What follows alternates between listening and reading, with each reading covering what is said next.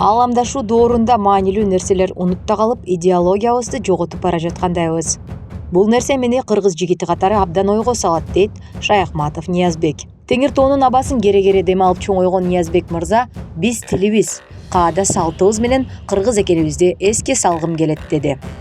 Ар бир кыргыз өзү кандай жаралган, илгери ата тегибиз эмне деген гана кыйынчылыктар менен бизге ушул жерди сактап калганын биз аларга жеткиришибиз керек. Кыргыздын илгерки каада салттарын колдонуп жашасак, мындайча айтканда, орусча айтканда ошол правилалар менен жашасак, бизде туура эмес көрүнүштөр өтө аз болот. Чүнкү биз эч убакта акчага таянбай, бийликке, байлыкка, мансапка таянбай, өзүбүздүн ошол илгерки каада салтыбызды колдонсок, мен оюмча жаңылбайбыз деп ойлойм.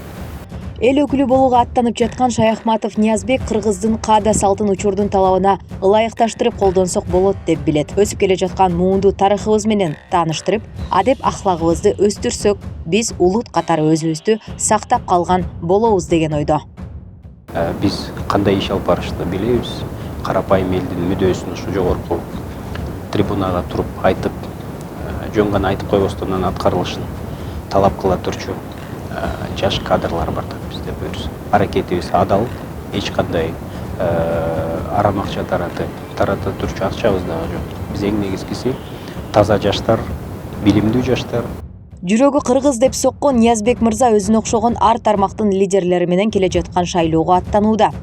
Каарманыбыздын айтымында ал тандаган Эл Үмүтү социал саясий партиясынын курамында материалдык байлыгы жогору эмес, руханий дүйнөсү бай адамдар бара жатат.